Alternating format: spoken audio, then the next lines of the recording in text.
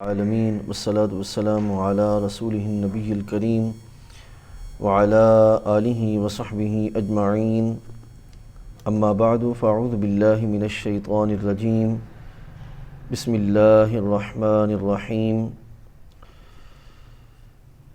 انہ لقرآن کریم فی کتاب مکنون قال اللہ تبارک وتعالی بل هو قرآن مجید فی لوح محفوظ صدق اللہ مولانا العظیم وبلغنا رسولہ النبی الکریم الامین ان اللہ وملائکتہ یصلون علی النبی یا ایہا الذین آمنوا صلوا علیہ وسلموا تسلیما الصلاۃ والسلام علیک یا سیدی یا رسول اللہ وعلی آلک واصحابک یا سیدی یا حبیب اللہ الصلاۃ والسلام علیک یا سیدی یا نبی اللہ وعلی آلک واصحابک یا سیدی یا نور اللہ۔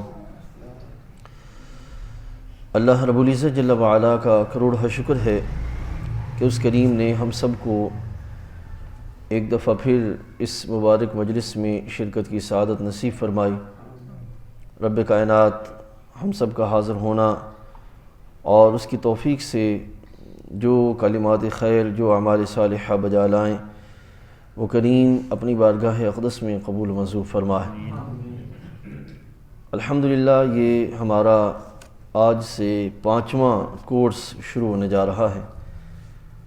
پہلا کورس تھا شان ختم نبوت کورس، دوسرا عقیدہ توحید کورس، پھر شان نبوت کورس، اور پھر ہم نے عظمت صحابہ اور عظمت اہل بیت اطہار اور شرف صحابیت کورس۔ یہ الحمدللہ اللہ تعالیٰ کے فضل سے اور رسول اللہ صلی اللہ علیہ وسلم کی خاص نگاہ عنایت سے اس نے ہمیں توفیق بخشی کہ ہم نے یہ جو بنیادی علوم عقائد کے اعتبار سے تھے اور اصلاح کے اعتبار سے جو چیزیں تھیں وہ ہم نے احباب تک پہنچانے کا اہتمام کیا۔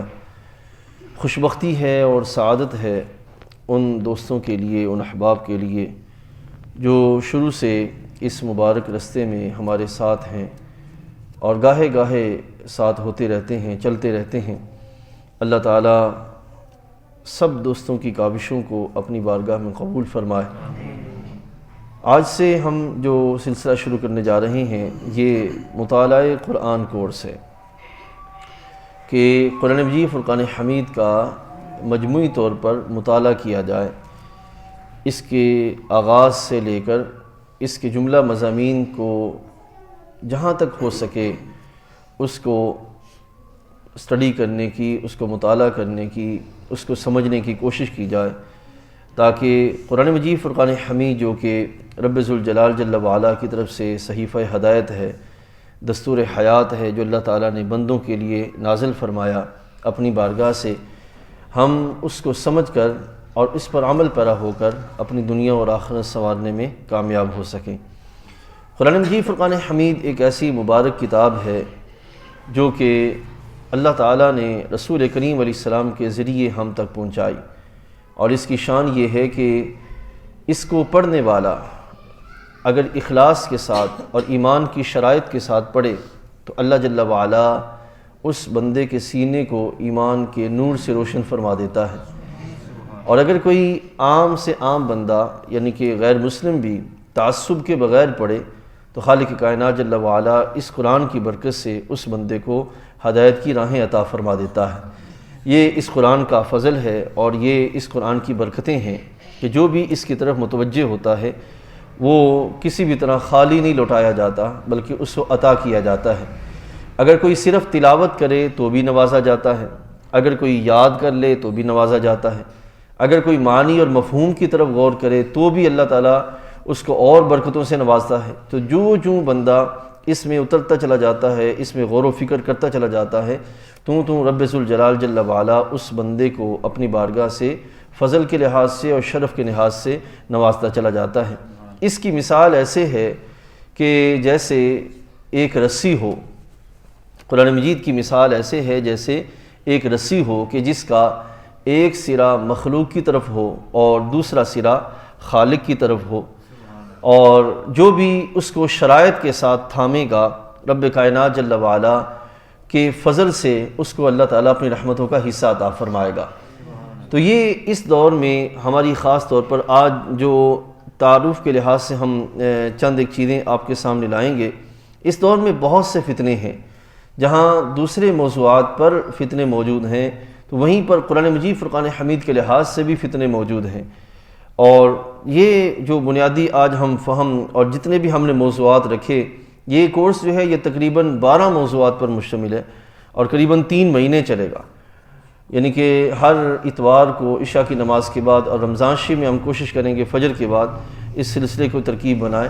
تو اس میں یہ ہے کہ کوشش یہ کی جائے گی کہ قرآن مجید کے لحاظ سے جتنے بھی فتنے اس وقت مارکیٹ میں موجود ہیں ان کے لحاظ سے کچھ نہ کچھ بحث کرنے کا اہتمام کیا جائے، تاکہ ہم ان فتنوں، جب کوئی سوچ اس طرح کی ہمارے سامنے آئے تو کم از کم پہلے ہی ہمارے پاس اس طرح کی تعلیم کا سلسلہ موجود ہو کہ جس سے ہم جو ہے وہ اپنے آپ کو گمراہی سے بچا سکیں اور اپنے آپ کو ان معاملات سے کہ جن کے سبب بندہ پھسلنے کا خدشہ ہوتا ہے اس سے بندہ اپنے آپ کو محفوظ رکھ سکے۔ لہذا یہ آپ نے اپنے ذہن میں رکھنا ہے۔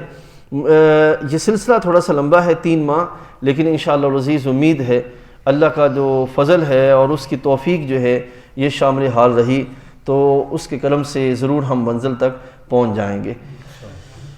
قرآن مجید فرقان حمید کی تعریف کیا ہے، قرآن کیا ہے، اس پر علماء اصول نے اس کی تعریف کی ہے۔ یہ آپ نے اب چونکہ عقائد تو وہ بھی سمجھنے والے تھے، لیکن اب قرآن مجید کے لحاظ سے آپ نے کوشش کرنی ہے ایک ایک چیز سمجھ کے ہم نے آگے بڑھنا ہے۔ اس کے ویسے عربی عبارات ہیں لیکن میں آپ کو اردو جو ہے وہ سمجھاتا ہوں اور آپ کے سامنے پیش کرتا ہوں۔ قرآن مجید اللہ کا کلام ہے، قرآن مجید اللہ کا کلام ہے جو کہ ہمارے نبی صلی اللہ علیہ وسلم پر عربی زبان میں نازل ہوا۔ یہ آپ نے تعریف جو ہے وہ اپنے ذہن میں رکھنی ہے کہ قرآن اللہ کا کلام ہے جو ہمارے نبی علیہ السلام پر عربی زبان میں نازل ہوا۔ یہ مصاحف میں یعنی کہ کتابی صورت میں لکھا ہوا ہے، ٹھیک ہے، کتابی صورت میں لکھا ہوا ہے اور ہم تک تواتر سے پہنچا ہے۔ اس میں درمیان میں کوئی گیپ نہیں آیا کہ ایک صدی میں ہو اور دوسری صدی میں نہ ہو، نہیں، کوئی گیپ نہیں ہے۔ جب سے قرآن مجید کا نزول ہوا ہے یہ نسل در نسل، افراد در افراد، سینہ در سینہ یہ کتابی صورت میں ہم تک جو ہے وہ پہنچایا گیا، ٹھیک ہے۔ تو یہ پہلی کیا کہ یہ اللہ کا کلام ہے، دوسرا یہ کہ ہمارے نبی علیہ السلام پر نازل ہوا، تیسرا عربی زبان میں نازل ہوا، کتاب میں لکھا ہوا اور تواتر کے ساتھ پہنچا۔ اس کا آغاز سورہ فاتحہ سے ہوا اور اس کا اختتام سورۃ الناس پر ہے۔ اب یہ اس کی تعریف ہے، جامع اور مانع، یعنی کہ قرآن کیا ہے، کس پر نازل ہوا، کس زبان میں نازل ہوا، نزول کے بعد کیا ہوا، ہم تک پہنچنے کی صورت کیا ہے، اس کا آغاز کہاں سے ہے اور اس کا اختتام کہاں سے ہے۔ یہ ایک تعریف ہے جو آپ نے اپنے ذہن میں رکھنی ہے۔ ہماری ساری جو گفتگو ہے وہ اسی تعریف کے گرد گھومے گی، یعنی کہ ہم نے اسی کو تھوڑا سا آپ کے سامنے وضاحتاً بیان کرنا ہے۔ سب سے پہلی یہ ہے کہ قرآن مجید اللہ کا کلام ہے، ٹھیک، تو اس پر یہ بحث آپ ذرا اپنے ذہن میں رکھیے، یہ عقیدہ کہ اللہ تعالیٰ جل وعلا کے کلام ہونے کے لحاظ سے یہ کیا ہے کہ قرآن مجید جو ہے یہ وحی ہے۔ یہ کیا ہے؟ وحی ہے۔ یہ آپ نے اپنے ذہن میں رکھنا ہے کہ قرآن مجید فرقان حمید جو ہے یہ وحی ہے، اور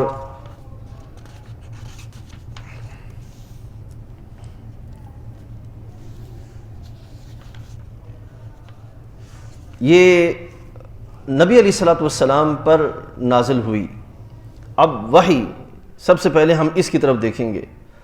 وحی جو ہے یہ پہلے اس لفظ کو یاد رکھ لیں، یہ عموماً عام طور پر بولا جاتا ہے وحی، تو اصل میں یا ساکن ہے اور ہا بھی ساکن ہے، تو یہ پڑھا جاتا ہے وحی، جیسے عصر ایسے ہی وحی، ٹھیک ہے، واو زبر اور پھر ہا پر جزم، یا پر بھی جزم، وحی، ٹھیک ہے، وحی یوحا آگے پھر آگے مل جاتا ہے، تو یہاں پہ وحی یہ لفظ ہے، ٹھیک۔ قرآن مجید فرقان حمید جو ہے یہ جو وحی کی صورت ہے یہ اللہ تعالیٰ جل وعلا نے فرشتہ جناب جبرائیل امین کے ذریعے یا ایک صورت یہ ہے. دوسری صورت یہ ہے کہ اللہ جل وعلا بلا کیف اپنے نبی علیہ السلام پر اور بلا واسطہ اپنے نبی علیہ السلام پر کلام نازل فرمائے. تیسری صورت یہ ہوتی ہے کہ رب کائنات جل وعلا کا فرشتہ سامنے آئے اور وہ سامنے آ کر اپنے نبی علیہ السلام پر اللہ تعالیٰ کا کلام جو ہے وہ پیش کرے. قرآن مجید فرقان حمید کے اندر ان تینوں چیزوں کا بیان کیا گیا ہے. وما كان لبشر ان يكلمه الله الا وحيا او من وراء حجاب او يرسل رسولا فيوحي باذنه ما يشاء. یہ تین طرح کی جہتیں قرآن مجید کے اندر بیان کی گئی. ٹھیک ہے. اب سب سے جو پہلی جہت ہے وہ کون سی ہے؟ ما كان لبشر ان يكلمه الله. بندے کی یہ شان نہیں ہے کسی بشر کی کہ وہ اللہ تعالیٰ کے ساتھ کلام کرے الا وحیا، سوائے اس کے کہ اللہ تعالیٰ وحی اتارے. پہلی وحی. ٹھیک ہے. دوسرا اب وحی کے معنی کیا ہیں وہ بھی میں ابھی آپ کے سامنے رکھتا ہوں. الا وحیا او من وراء حجابا، یا کہ یہ کہ پردے کے پیچھے سے کلام کیا جائے.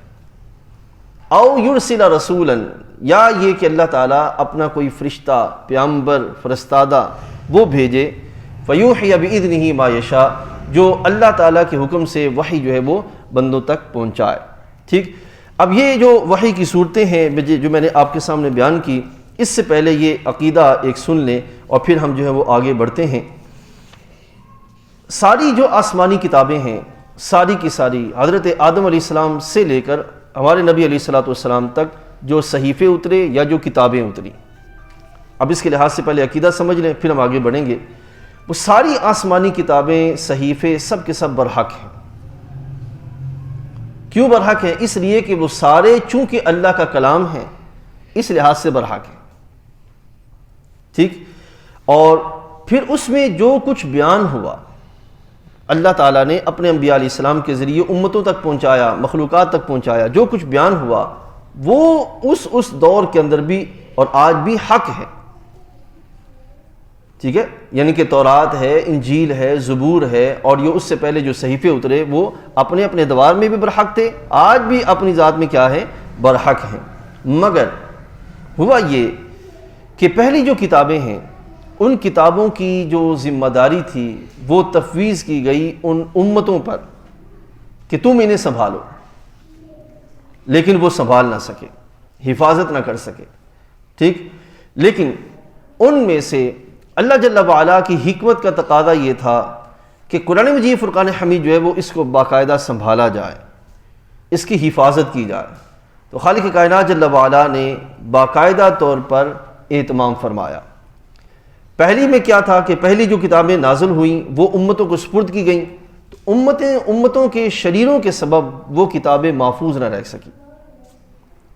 کتابیں محفوظ کس طرح؟ کلام میں تبدیلی کر دی گئی. ٹھیک ہے نا. معنی میں نہیں، کلام میں باقاعدہ کہیں ابواب نکال دیے گئے اور وہاں پہ ایسی باتیں داخل کر دی گئیں جو کہ اس کتاب میں حقیقتاً تھی ہی نہیں. ٹھیک ہے. آج بھی بائبل میں یہ چیزیں ملتی ہیں. اسی طرح تورات کے اندر جو صحیفے ان کے بعد چیزیں موجود ہیں ان کے اندر وہ چیزیں ملتی ہیں. تو اس وقت جو ہے وہ یہ معاملہ رہا. اب جب ہمارے سامنے کوئی کتاب لائے، تورات لائے یا انجیل لائے، ہمارے سامنے کوئی بات لائے، تو سب سے پہلے ہمیں یہ دیکھنا ہوگا کہ یہ جو بات ہمارے سامنے لایا ہے آیا یہ قرآن مجید کے موافق ہے کہ نہیں. یہ یاد رکھیے. فوراً انکار کرنے سے پہلے ہم یہ دیکھیں گے کہ قرآن مجید کے موافق ہے کہ نہیں، یعنی کہ قرآن مجید میں جو بیان کی گئی ہے اس کے مطابق ہے کہ نہیں. صحیح ہے.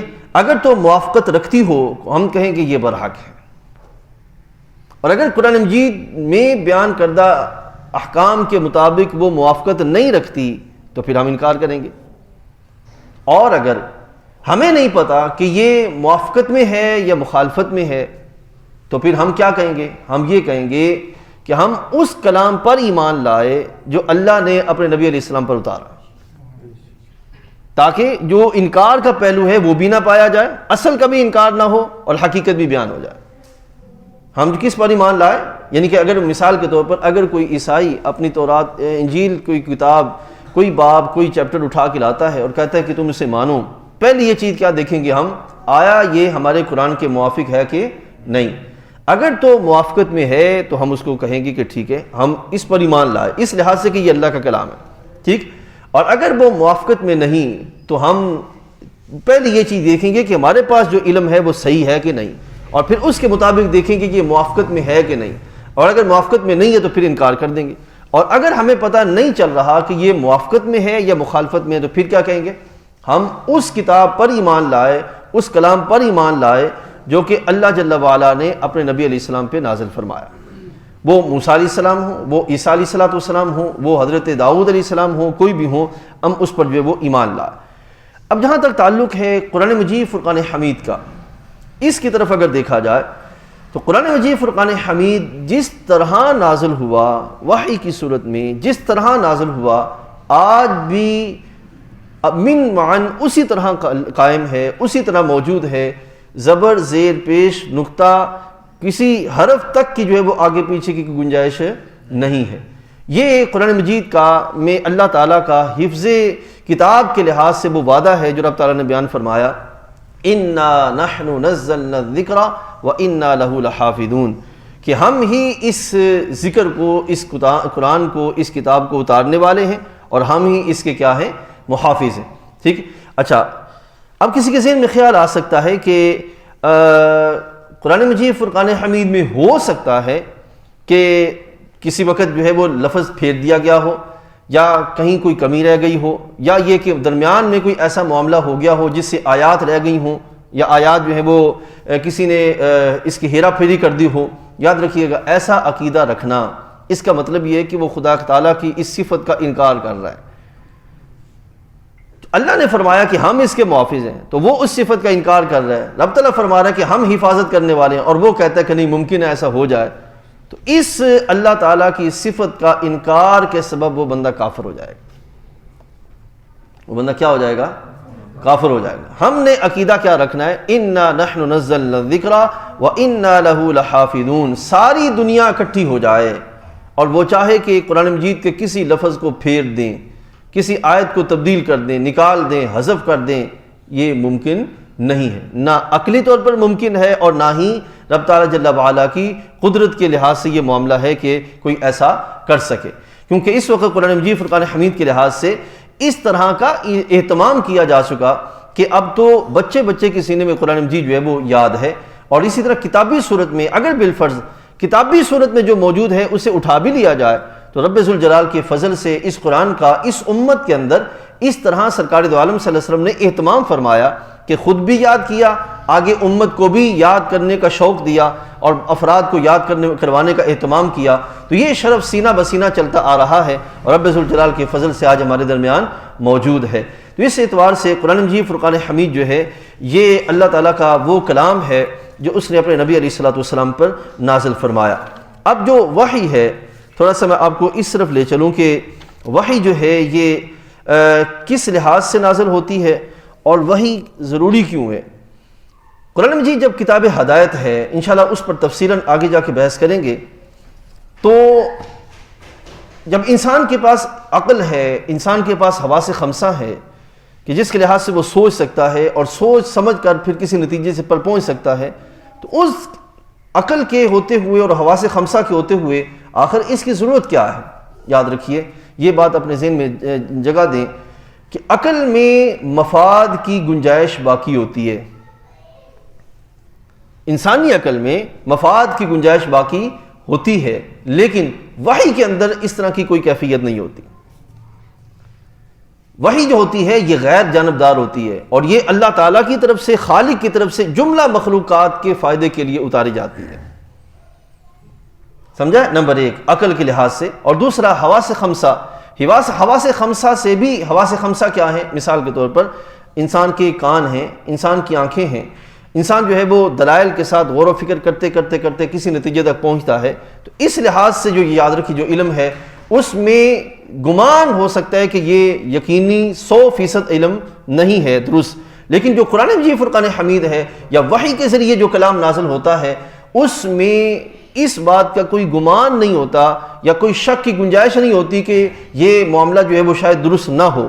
وحی کے ذریعے جو کلام ہمیں نصیب ہوتا ہے اس میں رب ذوالجلال جل وعلا کی طرف سے کامل یقینی قطعی حیثیت عطا کی جاتی ہے کہ اس میں جو بیان کیا گیا وہ یقیناً درست ہے اور وہ امت پر واجب ہے اس پر جو ہے وہ عمل کیا جائے.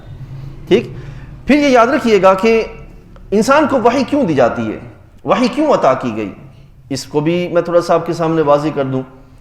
انسان آپ جانتے ہیں کہ مل جل کے رہتا ہے, معاملات زندگی جو ہے وہ سر انجام دیتا ہے, اس میں اس کو خوراک کی ضرورت ہوتی ہے, کھانے پینے کی ضرورت ہوتی ہے, اس کو کپڑوں کی ضرورت ہوتی ہے, اس کو اپنے کاروبار کی ضرورت ہوتی ہے, اسی طرح اس کو اپنی نسل کے لحاظ سے آگے بڑھانے کی ضرورت ہوتی ہے. تو ایسے میں کوئی ایسا ضابطہ, کوئی ایسا قانون, کوئی ایسا نظام جو کہ اس کے جملہ معاملات کو درست طریقے سے لے کے آگے بڑھے اور کسی بھی طرح کی ظلم کی کوئی گنجائش اس میں باقی نہ رہے, تو ایسی معاملات کے اعتبار سے جو نظام اس کے خالق نے عطا فرمایا وہ اس وحی کے ذریعے آیا جس کو قرآن مجید کہا جاتا ہے. سمجھا گیا نا؟ تو یہ انسان کو وحی کی ضرورت کیا ہے, کیوں وحی کی ضرورت ہے, کلام کی ضرورت کیوں ہے جب انسان کے پاس عقل موجود ہے, حواس خمسہ موجود ہیں. تو یہ میں نے آپ کو سامنے عرض کر دیا کہ حواس خمسہ کے ذریعے 100% یقینی علم حاصل نہیں ہوتا. اسی طرح عقل بھی یقیناً جو ہے وہ گمراہی کا شکار ہو سکتی ہے اور عقل میں مفاد کی گنجائش باقی رہتی ہے. لیکن جو وحی ہے اس میں غیر جانبداری کی کیفیت ہوتی ہے, اس میں خالق کی طرف سے مخلوق کی طرف اس کے مفادات کے لیے جو ہے وہ کلام اتارا جاتا ہے تاکہ وہ بندہ کسی ہر لحاظ سے گمراہی سے بچنے کا اہتمام کر سکے. ٹھیک. پھر یہاں پہ دیکھیے گا کہ جو وحی ہے, میں نے عرض کیا کہ اس کی جو ہے وہ 3 صورتیں ہیں جو کہ نازل ہوتی ہیں, 3 بنیادی صورتوں میں جو ہے وحی جو ہے وہ اتاری جاتی ہے. تو وحی جب اتاری جاتی ہے تو آپ کے ذہن میں خیال آئے گا یا عموماً ایک سوال پیدا ہوتا ہے کہ جب وحی اتاری جاتی ہے اللہ کے نبی علیہ السلام پر تو ان کو کیسے پتہ چلتا ہے کہ یہ وحی ہے؟ دوسری مخلوقات بھی تو ہوتی ہیں, جنات ہیں, شیاطین ہیں اور فرشتے ہیں, یہ تینوں مخلوقات موجود ہیں, تو ان کو کیسے پتہ چلتا ہے کہ یہ وحی ہے اور یہ آنے والا کلام اللہ کی طرف سے ہے اور یہ فرشتہ اللہ کی طرف سے کلام لا رہا ہے؟ یہاں پر امام رازی رحمۃ اللہ تعالی نے بڑی تفصیلی بحث کی. وہ یہاں پہ لکھتے ہیں کہ رب کائنات جل وعلا نبی کو یہ ایک تمیز عطا فرماتا ہے, امتیازی صلاحیت ایک عطا فرماتا ہے, ایک وصف عطا فرماتا ہے جس وصف کے ذریعے وہ شیاطین, جنات اور فرشتے کے درمیان فرق کر لیتے ہیں, اور وہ کلام جو اللہ تعالیٰ جل وعلا کی بارگاہ سے وحی کی صورت میں نازل ہوتا ہے, اس کلام اور باقی دوسرے کلام کے اعتبار سے اللہ تعالیٰ ان کو فرق کی صلاحیت عطا فرماتے ہیں کہ اس کو سمجھ کر جان جاتے ہیں کہ یہ کلام باری تعالیٰ ہے اور وہ دوسرا کلام جو ہے وہ عام فرد کا یا دوسری مخلوقات کا ہے. تو یہ اللہ تعالیٰ اس نبی علیہ الصلوۃ والسلام پر جن پہ کلام اتارا جاتا ہے ان کو اللہ تعالیٰ جل وعلا یہ شرف بخشتا ہے خاص وصف کے اعتبار سے. وحی جو نبی علیہ الصلوۃ والسلام پر وحی کا نزول ہوتا تھا, وحی کی 2 قسمیں ہیں وحی کی. ایک وحی وہ ہے جو کلام کی صورت میں, قرآن مجید کی صورت میں ہمارے درمیان ہے, اور ایک وحی وہ ہے جو کہ قرآن مجید کی صورت میں نہیں, حدیث طیبہ کی صورت میں ہے. اس کو کہتے ہیں وحی مطلوع, اور دوسری ہے وحی غیر مطلوع. وحی مطلوع وہ ہوتی ہے جس کی باقاعدہ تلاوت کی جاتی ہے, جس کو ہم تلاوت کرتے ہیں قرآن مجید, اور غیر مطلوع وحی وہ ہے جس کی باقاعدہ جس طرح قرآن مجید کی تلاوت ہوتی ہے ایسی تلاوت نہیں کی جاتی. وحی مطلوع جو ہوتی ہے یعنی کہ قرآن مجید, فرقان حمید, اس کے الفاظ اور معانی, کلام تینوں جس طرح نبی علیہ السلام نے ہم تک پہنچایا اسی طرح اللہ کی اس بارگاہ سے نبی علیہ السلام تک پہنچا. سمجھائے؟ قرآن مجید فرقان حمید جو کہ وحی مطلوع ہے, اس کی شان یہ ہے کہ جس طرح نبی علیہ الصلوۃ والسلام پر قرآن مجید فرقان حمید الفاظ, معانی دونوں مجموعے کی صورت میں نازل کیا گیا, نبی علیہ السلام نے عین اسی طرح ہم تک پہنچایا. یہ وحی مطلوع. اور وحی غیر مطلوع یعنی کہ حدیث طیبہ, اس کی کیفیت یہ ہے کہ محبوب کریم علیہ الصلوۃ والسلام پر معانی اتارے گئے اور حبیب علیہ الصلوۃ والسلام نے ان کو اپنے الفاظ میں ہم تک پہنچایا. سمجھا گیا نا؟ حدیث جو وحی مطلوع اور وحی غیر مطلوع. وحی مطلوع کون سی ہوئی؟ جس میں الفاظ اور معانی دونوں اتارے گئے اور نبی علیہ الصلوۃ والسلام نے وہ ہم پر تلاوت فرمائی. اور وحی غیر مطلوع کون سی ہے؟ کہ حبیب علیہ الصلوۃ والسلام پر معانی اتارے گئے اور حبیب علیہ الصلوۃ والسلام نے ان کو کلامی صورت میں اپنے الفاظ میں ہمارے درمیان بیان فرمایا. اس میں پھر آگے 2 قسمیں ہیں. ایک ہے کہ وہ اس میں رب کائنات جل وعلا نے اس انداز کے ساتھ بیان کیا ہو کہ جس کو حدیث قدسی کہا جاتا ہے. حدیث قدسی، حدیث قدسی حدیث کی وہ قسم ہے جس میں رب کائنات جل وعلا کا کلام ہوتا ہے، صیغہ واحد متکلم کے ساتھ اللہ تعالیٰ کلام فرماتا ہے، اور نبی علیہ الصلوۃ والسلام کی حیثیت درمیان میں اس طرح ہوتی ہے جیسے راوی ہوتا ہے۔ خدا تعالیٰ کا کلام، ٹھیک ہے، معانی کی صورت میں، اور پھر وہ الفاظ نبی علیہ السلام کے اور راوی کی حیثیت میں ہمارے تک پہنچائے جاتے ہیں۔ اور دوسری جو ہوتی ہے حدیث رسول علیہ الصلوۃ والسلام، اس میں معانی ہوتے ہیں اور اس حدیث کے اندر عمومی کیفیت ہوتی ہے، اس میں اللہ تعالیٰ جل وعلا کے لحاظ سے، یعنی کہ صیغہ واحد متکلم کے لحاظ سے بیان نہیں کیا جاتا۔ تو یہ وہی جو غیر مطلوع ہے، اس کی آگے جو ہے وہ دو قسمیں ہیں جو میں نے آپ کے سامنے رکھی۔ اب وحی مطلوع جو ہے قرآن مجید فرقان حمید، جب یہ نبی علیہ الصلوۃ والسلام پر نازل ہوتا تو صحابہ رضوان اللہ علیہم اجمعین، خصوصاً سیدہ عائشہ فرماتی ہیں رضی اللہ تعالی عنہا کہ قرآن مجید کے اترنے کے وقت اتنا سخت معاملہ ہوتا تھا، اتنا شدید معاملہ ہوتا تھا کہ حضرت زید بن ثابت فرماتے ہیں رضی اللہ عنہ کہ میں ایک دفعہ سرکار کے ساتھ بیٹھا ہوا تھا اور میرا جو گھٹنا ہے یہ سرکار کے گھٹنے کے ساتھ مس ہو رہا تھا کہ میں نے دیکھا کہ حبیب علیہ الصلوۃ والسلام پر وحی شریف کا نزول شروع ہو گیا، اور اس نزول کے وقت جو شدت تھی اور جو بھاری پن تھا وہ اتنا زیادہ تھا کہ میں محسوس کر رہا تھا کہ شاید ابھی میرا گھٹنا ٹوٹ جائے، ایسی کیفیت تھی۔ اچھا، ابھی میں وہ آپ کے سامنے دوسری کیفیت بھی رکھتا ہوں۔ سیدہ عائشہ رضی اللہ تعالیٰ فرماتی ہیں اسی طریقے سے ایسا ہوتا کہ اونٹنی پہ سفر ہو رہا ہے اور اونٹنی پر سفر کے دوران وحی شریف کا نزول شروع ہو گیا، تو اس وحی کی جو قوت تھی اس کے لحاظ سے، اس کے بھاری پن کے لحاظ سے جو اونٹنی تھی وہ بیٹھے جا رہی تھی، یعنی کہ وہ اس بوجھ کو برداشت نہیں کر پا رہی تھی۔ تو یہ اللہ جل وعلا کا فضل ہے اور اس کا احسان ہے کہ اس نے قلب مصطفیٰ علیہ الصلوۃ والسلام کو ایسا بنایا کہ وہ سارے بوجھ کو برداشت کر کے اللہ کے جلال کو جمال میں تبدیل کر کے ہمارے درمیان پیش کر دیا۔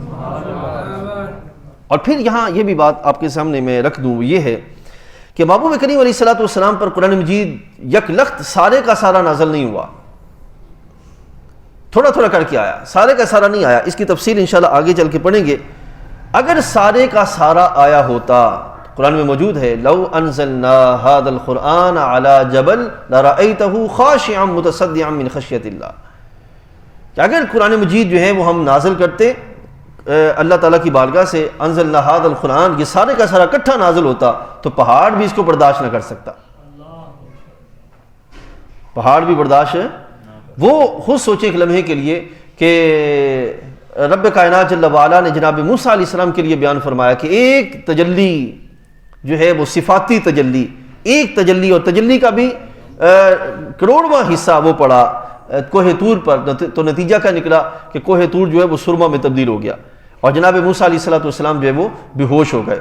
لیکن ادھر جو ہے وہ قرآن مجید فرقان حمید جو ہے اللہ تعالیٰ نے اپنی حکمت کے ساتھ، اور اس میں یہ بھی بات پوشیدہ تھی، وہ یہ ہے کہ تھوڑا تھوڑا کر کے اس لیے اتارا گیا تاکہ لوگوں کو سمجھنا، یاد کرنا، اس کو یاد کر کے باقی رکھنے کا اہتمام کرنا اس میں آسانی ہو جائے۔ اس لحاظ سے قرآن مجید فرقان حمید جو ہے وہ تھوڑا تھوڑا کر کے نازل ہوتا رہا، کبھی ایک صورتیں، کبھی دو صورتیں، کبھی ایک یا دو آیات، کبھی جو ہے وہ مکمل ایک سورہ مبارکہ، اس طرح کر کے نازل ہوتی، اور محبوب علیہ الصلوۃ والسلام وہ اپنے صحابہ رضوان اللہ علیہم اجمعین ان کو فرماتے کہ اس کو لکھ لو۔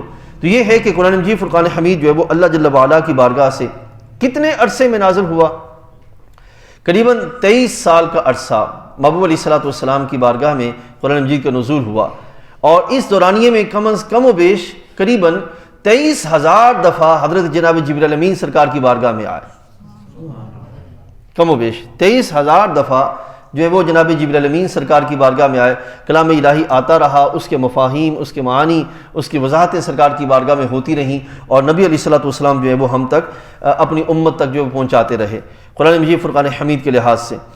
پھر قرآن مجید فرقان حمید جو ہے یہ محبوب علیہ الصلوۃ والسلام کی بارگاہ میں جب اترتا تو اس میں یہ یاد رکھیے، انشاءاللہ جب ہم موضوع آئے گا قرآن اور صاحب قرآن، اس میں تفصیل کے ساتھ بیان کریں گے کہ ایک ہے کلام جو اللہ کی بارگاہ سے آیا، اور دوسرا ہے وہ ذات جو اس کلام کو وہاں سے لے کر ہم تک پہنچانے والی ہے۔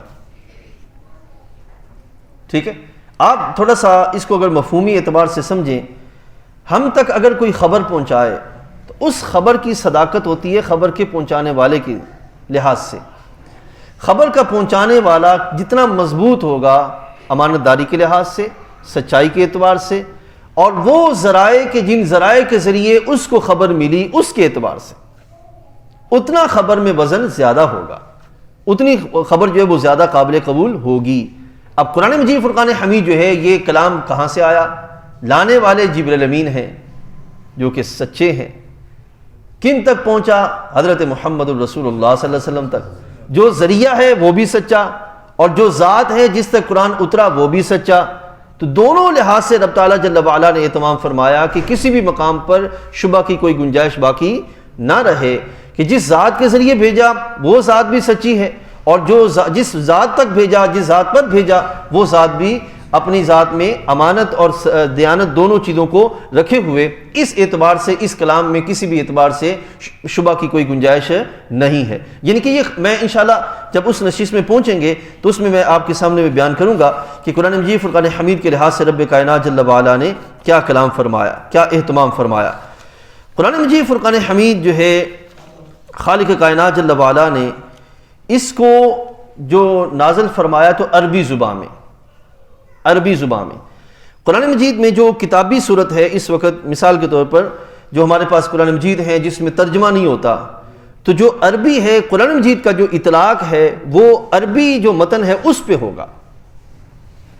ٹھیک ہے، جو اردو ترجمہ ہو خاص صرف اردو ترجمہ، اردو ترجمے پر جو ہے وہ قرآن مجید کا اطلاق نہیں ہوگا. قرآن مجید کا اطلاق صرف عربی متن پر ہوگا. اس کو جو ترجمہ ہے اس کو قرآن کا ترجمہ کہا جا سکتا ہے، اس کو قرآن نہیں کہا جا سکتا. ٹھیک ہے، کیونکہ قرآن کس زبان میں نازل ہوا؟ عربی زبان. ٹھیک ہے، قرآن مجید جو ہے وہ عربی زبان میں نازل ہوا. اس لحاظ سے قرآن مجید فرقان حمید اور تفسیر اور وہ سارے پہلو ان کو قرآن نہیں کہا جائے گا. قرآن صرف وہی ہے جو کہ متن کی صورت میں ہمارے پاس جو ہے وہ محبوب علیہ الصلوۃ والسلام لے کر تشریف لائے. پھر قرآن مجید فرقان حمید کی یہ شان ہے کہ یہ بندوں کو عاجز کر دینے والا ہے. یہ اس کی شان ہے کہ یہ بندوں کو عاجز کر دینے والا ہے. عاجز کر دینے کے لحاظ سے یہ ہے کہ 1400 سال گزر چکے، 1400 سال، اور 1400 سالوں میں بڑی کوششیں ہوئیں کہ اس قرآن مجید کے لحاظ سے کسی طرح کوئی ایسی تبدیلی پیدا کر دی جائے جو کہ شک میں ڈالنے والی ہو، شبہ میں ڈالنے والی ہو، جس سے لوگوں کا اعتبار اڑ جائے. کیونکہ سب سے بڑا قرآن مجید فرقان حمید کے اندر جو قرآن مجید کا اعجاز ہے وہ یہی ہے کہ جس طرح یہ نازل ہوا اسی طرح یہ باقی ہے. اس کے برعکس دوسری جتنی بھی کتابیں باقاعدہ اس پہ سرچ ہوئی، روئے زمین پر سے سارے نسخے اٹھائے گئے اور دیکھا گیا سوائے کتابت کے لحاظ سے کہیں کوئی غلطی نہیں تھی. یہ قرآن مجید کا اعجاز ہے. ایک یہ پہلو ہے. دوسرا قرآن مجید فرقان حمید کا یہ اعجاز ہے کہ اس میں جو مضامین بیان کیے گئے، اس میں جو موضوعات بیان کیے گئے اور جس انداز کے ساتھ بیان کیے گئے، ایک انسان کی بس کی بات نہیں ہے کہ وہ اس کلام کو بیان کر سکے. اس لحاظ سے یہ قرآن مجید کا اعجاز ہے. اسی طرح قرآن مجید فرقان حمید کی یہ شان ہے کہ جب سے نازل ہوا تب سے لے کر آج تک اس میں نہ کوئی کمی ہوئی نہ کوئی زیادتی ہوئی. آپ جانتے ہیں جب کوئی کتاب لکھی جاتی ہے تو اس میں یہ گنجائش باقی ہوتی ہے کہ کسی نہ کسی طریقے سے لکھا جاتا ہے. شروع میں جو رائٹر ہے وہ لکھتا ہے کہ اگر کسی کو کہیں غلطی نظر آئے یا کہیں وہ اصلاح کے معاملہ ہو تو فوراً اطلاع کرے اس کی قرآن اس صفحے کی یا اس مقام کی یا آئندہ آنے والے ایڈیشن میں اس کی درستگی کرتی جائے گی. لیکن قرآن مجید فرقان حمید یہ کتاب یہ ایسی کتاب ہے جس کے سب سے پہلی جو دوسری صورت ہے اس کے سب سے پہلے جو الفاظ ہے وہ یہی ہیں ذالک الکتاب لا ریب فیہ.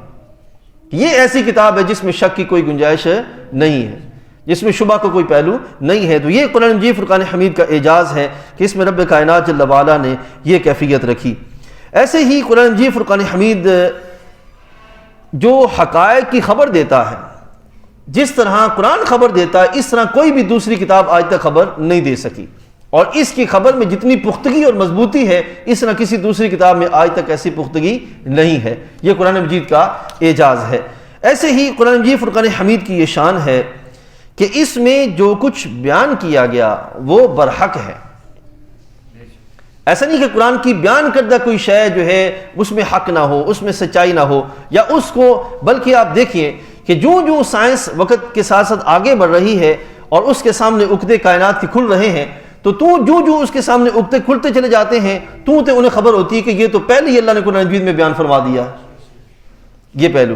ایسے ہی میں آپ حیران ہوں گے اس پر کہ واقع معراج کے لحاظ سے جو سبحان الذی اسری بعبدہ لیلا من المسجد الحرام الی المسجد الاقصی، یہ رجب شریف کے اندر یہ معاملہ، یہ عظیم واقعہ ہوا، اس واقعے کے لحاظ سے یہاں سے کئی جو اس وقت ناسا کے جو لوگ شروع میں جب ان کا سلسلہ ہوا اور وہ آسمانوں کی طرف بڑھنے لگے، تو انہوں نے اپنے پادریوں سے پوچھا، راہبوں سے پوچھا، آیا کہ کوئی ہمارے پاس ایسی دلیل ہے کہ اگر ہم یہاں زمین کے مدار سے باہر نکلیں تو کہیں قدرت سے ہمارے ٹکراؤ کی کیفیت پیدا نہ ہو جائے، کوئی ایسی دلیل ہو تو ہمیں خبر دیں۔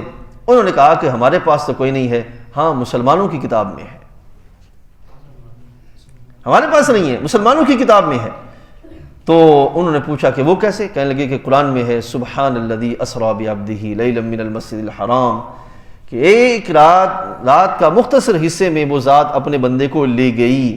اس کا مطلب ہے کہ زمین کے مدار سے نکلنا ممکن ہے، زمین کے مدار سے باہر جایا جا سکتا ہے۔ اور پھر یہ بھی دیکھیے ہمارے نبی علیہ الصلوۃ والسلام زمین کے مدار سے کہاں سے باہر نکلے؟ مسجد اقصی۔ سائنس نے باقاعدہ اس بات کی تحقیق کی کہ زمین سے آسمان کی طرف جانے کے لیے باقاعدہ جو اس کی فضا ہے، اس فضا میں دروازے ہیں، گیٹ ہیں، وہاں سے آسمان کی طرف جایا جا سکتا ہے۔ آپ دیکھیں کہ امریکہ کا جو ادارہ ہے ناسا، اس کا جو خلائی اسٹیشن ہے وہ امریکہ کی کس ریاست میں ہے؟ وہ آپ خود سرچ کریں تو آپ کو پتہ چلے گا کہ جس ریاست میں ہے باقاعدہ زمین آسمان کے 7 گیٹ ہیں، اور اس میں سے ایک گیٹ مسجد اقصی کے اوپر ہے،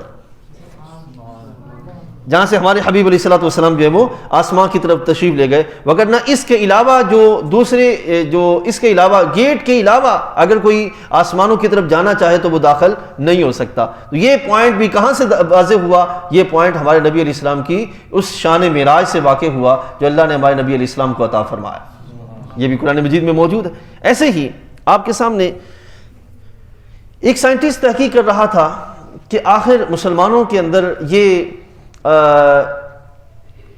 طلاق کے بعد 3 ماہ تک جو روکا جاتا ہے کہ طلاق کے بعد 3 ماہ تک آگے جو ہے وہ عورت شادی نہیں کر سکتی، تو اس کی وجہ کیا ہے؟ بڑی اس نے تحقیق کی، قرآن مجید اس کے پاس نہیں تھا، بس خود سے وہ تحقیق کرتا رہا۔ تو تحقیق کرتے کرتے کرتے اس تک جو ہے وہ کوئی نتیجہ سامنے نہ آیا۔ کراچی میں کہیں کسی مسلمان عالم نے ان کو قرآن مجید بطور تحفہ دیا، یہ قرآن مجید یہ پڑھیں۔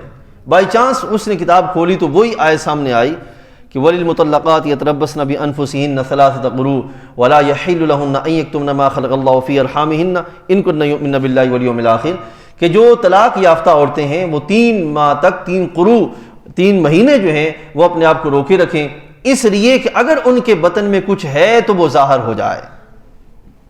تو وہ 3 مہینے جو لگا ہوا تھا تحقیق کرتے کرتے، جب اس کو یہ پتا چلا کہ یہ چھوٹے سے جملے کے اندر میری ساری تحقیق کا نچوڑ موجود ہے، تو اسی وقت مسلمان ہو۔ تو یہ قرآن مجید کا اعجاز ہے کہ اس میں جو خبر دی گئی وہ برحق خبر ہے، اس میں جھوٹ کی کوئی گنجائش نہیں ہے۔ آپ یوں سمجھیے گا کہ سائنس جو ہے وہ ترقی کرتے کرتے جب کسی مقام تک پہنچتی ہے کائنات کے اعتبار سے یا کسی تحقیق کے اعتبار سے، تو اس کائنات پر اس سے آگے قرآن کی خبر جو ہے وہ واضح دکھائی دیتی ہے۔ ایسے ہی یہ قرآن مجید کے اعجازات تھے۔ ایسے ہی قرآن مجید فرقان حمید کے اندر ایک علم ہے کہ قرآن مجید چونکہ اس طرح نازل ہوا آہستہ آہستہ تھوڑا تھوڑا، اور اس میں احکام کے لحاظ سے یہ معاملہ ہے کہ رب کائنات جل وعلا نے پہلے ایک حکم اپنی حکمت کے مطابق نازل فرمایا، اپنی حکمت کے مطابق، اور جب تربیت کا دور مکمل ہو گیا تو اس حکم کے ساتھ اس کو دوسرے حکم کے ساتھ بدل دیا گیا۔ ٹھیک ہے، اس کو کہتے ہیں ناسخ اور منسوخ، نسخ کا سلسلہ، یہ قرآن مجید میں ہے۔ بعض لوگ بڑی شدت سے اس کا انکار کرتے ہیں، کہتے ہیں کہ یہ کیسے ممکن ہے کہ رب ذوالجلال جل وعلا کا ایک حکم جو ہے وہ اس کی کوئی حیثیت نہ رہے اور اس کی جگہ کوئی دوسرا حکم لایا جائے۔ تو میں یہاں پہ یہ بات آپ کے سامنے واضح کروں کہ قرآن مجید فرقان حمید کو سمجھنا ہو تو پہلے قرآن مجید کی اتارنے کی اور اس کے جو آنے کی جو حکمتیں ہیں پہلے اس کو سمجھا جائے۔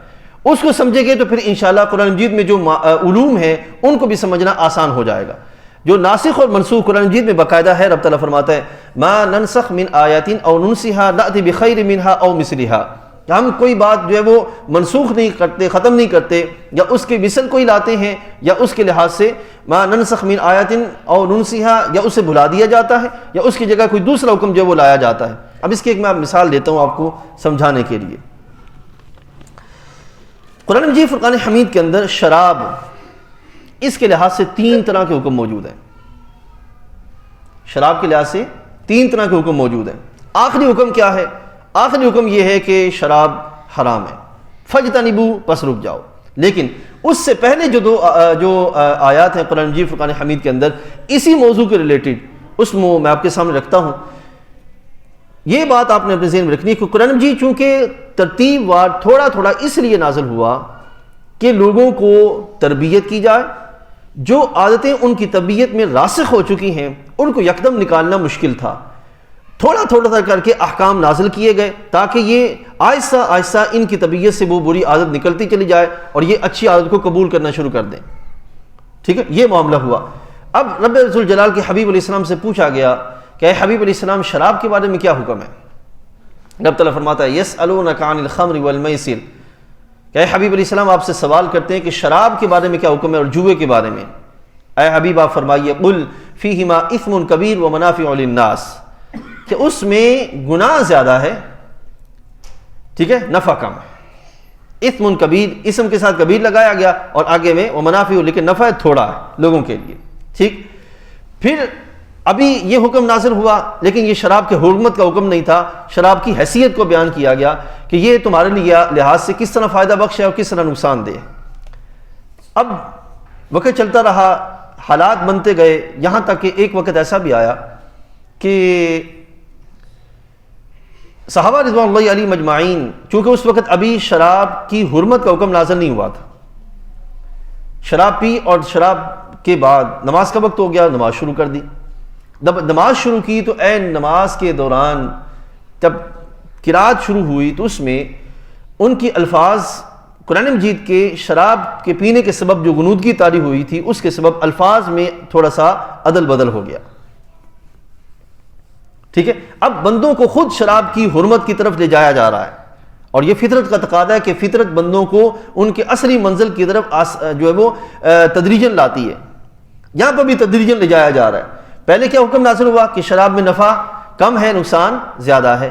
ٹھیک ہے, اب جب یہ کیفیت ہوئی, صحابہ نے خود دیکھا کہ شراب پینے سے غنودگی طاری ہو جاتی ہے اور احکام باری تعالیٰ پر عمل پیرا ہونا یہ پھر ممکن نہیں رہتا, مشکل ہو جاتا ہے.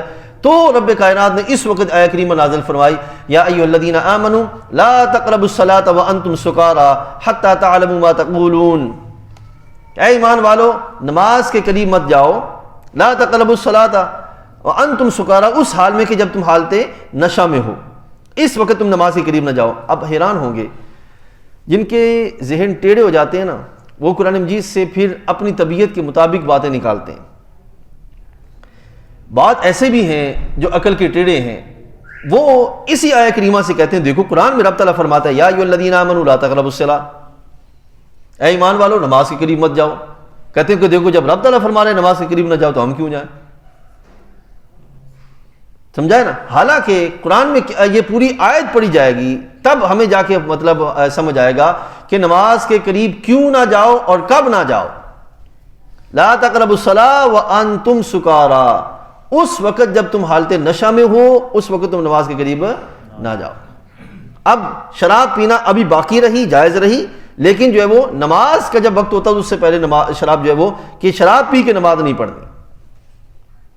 ٹھیک ہے, اچھا میں یہ چیز آپ کو واضح کر دوں, اب یہ بات یہ یاد رکھیے گا, ایسا ہرگز نہیں ہے کہ وہ آیات جو منسوخ ہو گئیں, کئی آیات کی تلاوت باقی رکھی گئی یہ دکھانے کے لیے کہ دیکھو یہ کیفیات تھیں اور یہ معاملہ ہے.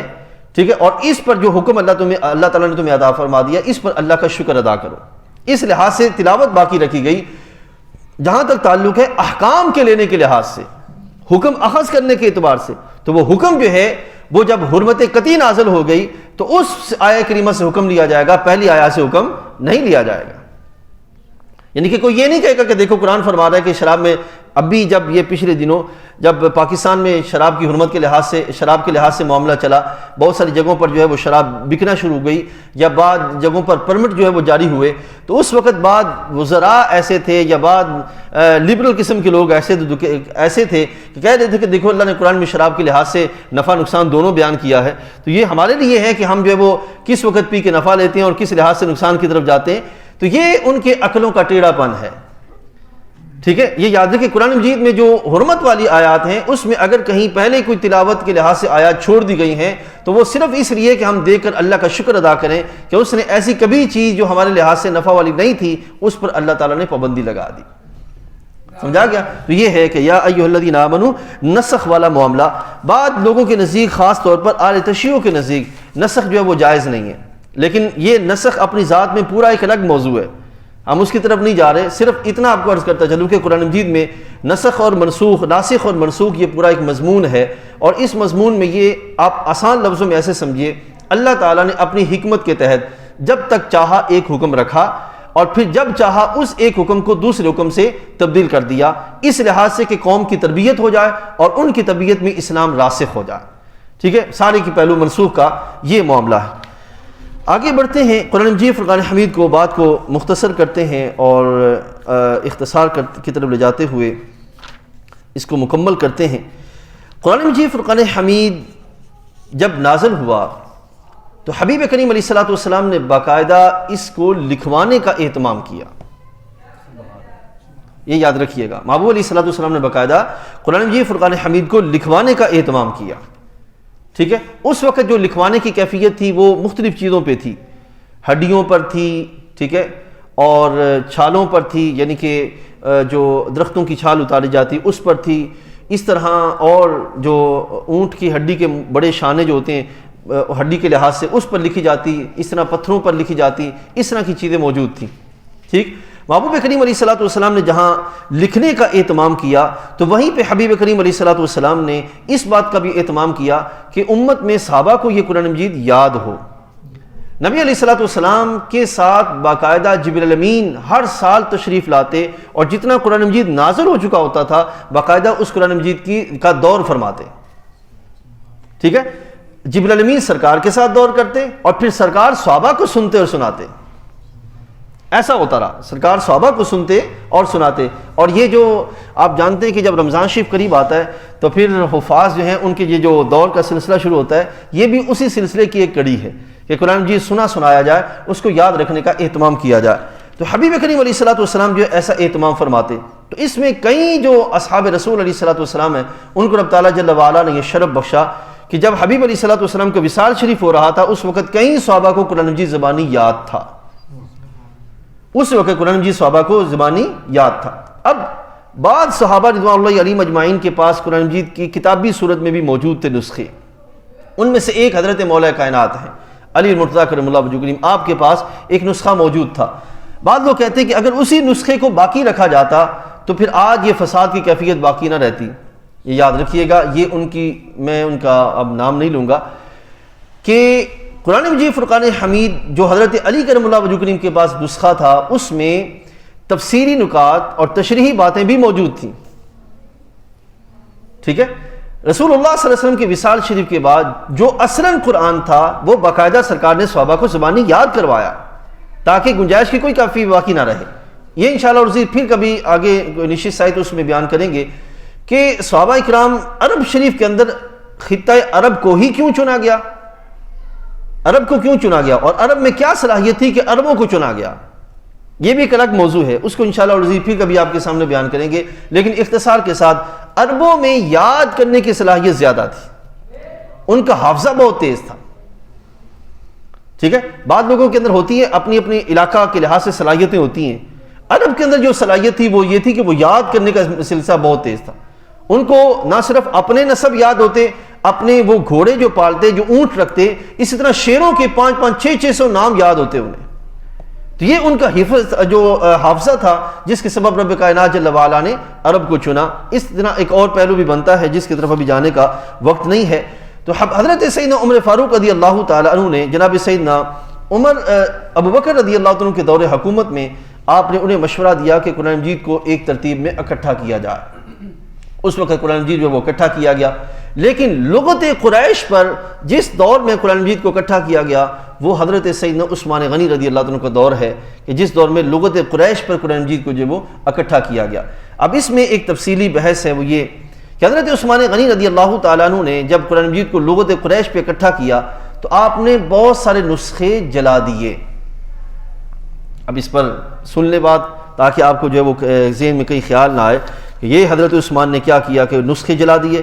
اس پر حضرت ملا علی قاری رحمۃ اللہ تعالی علیہ وہ فرماتے ہیں کہ حضرت عثمان غنی رضی اللہ تعالیٰ نے جو نسخے جلائے تھے وہ قرآن مجید فرقان حمید کا متن نہیں تھا، بلکہ وہ تھا جو ان کے نزدیک قرآن نہیں تھا، ان کے تفسیری نکات اور تشریحات، وہ چیزیں انہوں نے جلائی تھیں، یا جو الفاظ تفسیر قرآن کے الفاظ کے ساتھ اس طرح ملے ہوئے تھے کہ جن کا الگ کرنا ممکن نہیں تھا. حالانکہ قرآن مجید فرقان حمید کو فی نفسی کتاب کو جلانا یہ بالکل جائز نہیں ہے، کیونکہ دیکھیں فرماتے ہیں کہ انہوں نے جلانے کو اس لیے اختیار کیا تھا تاکہ کوئی شخص یہ شک نہ کرے کہ انہوں نے قرآن مجید کا کچھ ایسا ترک کر دیا، کیونکہ اگر واقعتاً قرآن ہوتا تو کوئی مسلمان اس کے جلانے کو جائز نہ کہتا. سمجھا؟ واقعتاً اگر قرآن ہوتا تو حضرت عثمان غنی رضی اللہ عنہ نے جو چیز جلائی اس پر بڑی بحث ہوتی ہے اور اس پر بڑی لہدے کی جاتی ہے کہ دیکھو حضرت عثمان غنی نے قرآن جلوا دیا. نہیں، آپ نے جو نسخے جلوائے وہ نسخے کون سے تھے؟ جس میں تفسیری نکات تھے، یہ ایسے الفاظ تھے جو قرآن کے لفظوں کے ساتھ ملے ہوئے تھے. آپ نے وہ جو کتابی صورتیں تھیں وہ جو ہے وہ جلوا دیں، اور اصل جو قرآن تھا وہ حضرت سیدنا عثمان غنی رضی اللہ تعالیٰ نے جو حضرت سیدہ ام حفصہ رضی اللہ عنہ کے پاس موجود تھا وہ حفصہ رضی اللہ عنہ کے پاس اس کے مطابق اکٹھا کر کے آپ نے اس کو کتابی صورت میں جمع کیا لغت قریش پر، اور پھر وہ سارے علاقوں میں آپ نے تقسیم کروا دیا. تو حضرت علی کرم اللہ وجہ کنی کے پاس جو کلام موجود تھا وہ کلام اس طرح کا تھا کہ اس میں کلام بھی تھا، تفسیری نکات بھی تھی، تشریح آیات بھی، معاملات بھی تھے، وہ ساری چیزیں موجود تھیں. تو حضرت سیدنا عثمان غنی رضی اللہ تعالیٰ کے لحاظ سے یہ پہلو جو عموماً معاشرے میں بیان کیا جاتا ہے، وہ ایک پہلو اور بھی ہے، وہ یہ ہے کہ قرآن مجید فرقان حمید جب نازل ہوا نا تو اس وقت اس کی شان یہ تھی کہ میں آپ کو پہلے ایک مثال کے ذریعے سمجھاتا ہوں، پھر ہم بات کو یہ اس طرف لاتے ہیں، ختم کرتے ہیں. اگر ہم یہاں پہ دیکھیں پنجاب میں، لاہور میں اردو کا جو طریقہ ہے بولنے کا وہ کیا ہے، ٹھیک ہے. اسی طرح یہ ایک تاریخی حیثیت ہے کہ زبان کے اعتبار سے آپ جو اس علاقے سے 10 کلومیٹر دور نکلتے چلے جائیں گے نا تو الفاظ بھلے وہی ہوں گے لیکن لہجہ بدلتا چلا جائے گا، لفظوں کے بولنے کا انداز جو ہے وہ بدلتا چلا جائے گا.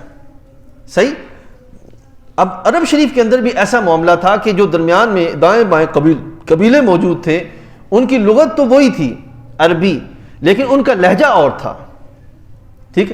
نبی علیہ الصلوۃ والسلام نے اللہ جل وعلا کی بارگاہ سے اس بات کی اجازت مانگی کہ اس کو مختلف لہجوں میں پڑھنے کے لحاظ سے اجازت دی جائے. لفظ سیم تھے، لہجے مختلف تھے. ٹھیک ہے. اس لحاظ سے یہاں پہ سنیے، حضرت عبداللہ بن عباس رضی اللہ عنہ فرماتے ہیں کہ نبی رسول اللہ سے فرمایا کہ جبرائیل نے مجھے ایک حرف پر قرآن پڑھایا، میں نے ان سے رجوع کیا اور مسلسل زیادتی طلب کرتا رہا اور وہ حرف زیادہ کرتے رہے. اب دیکھیں، ایک ہے لفظ ایک ہی تھا، اس کے لہجے ساتھ ہو گئے. دوسرا یہ ہے ایک ہی لفظ کے لحاظ سے دوسرا لفظ لایا گیا، پھر تیسرا لفظ لایا گیا، پھر چوتھا لفظ لایا گیا، پھر پانچواں لفظ لایا گیا، اس طرح 7 لفظ آ گئے. ٹھیک ہے. یہ 2 پہلو ہیں.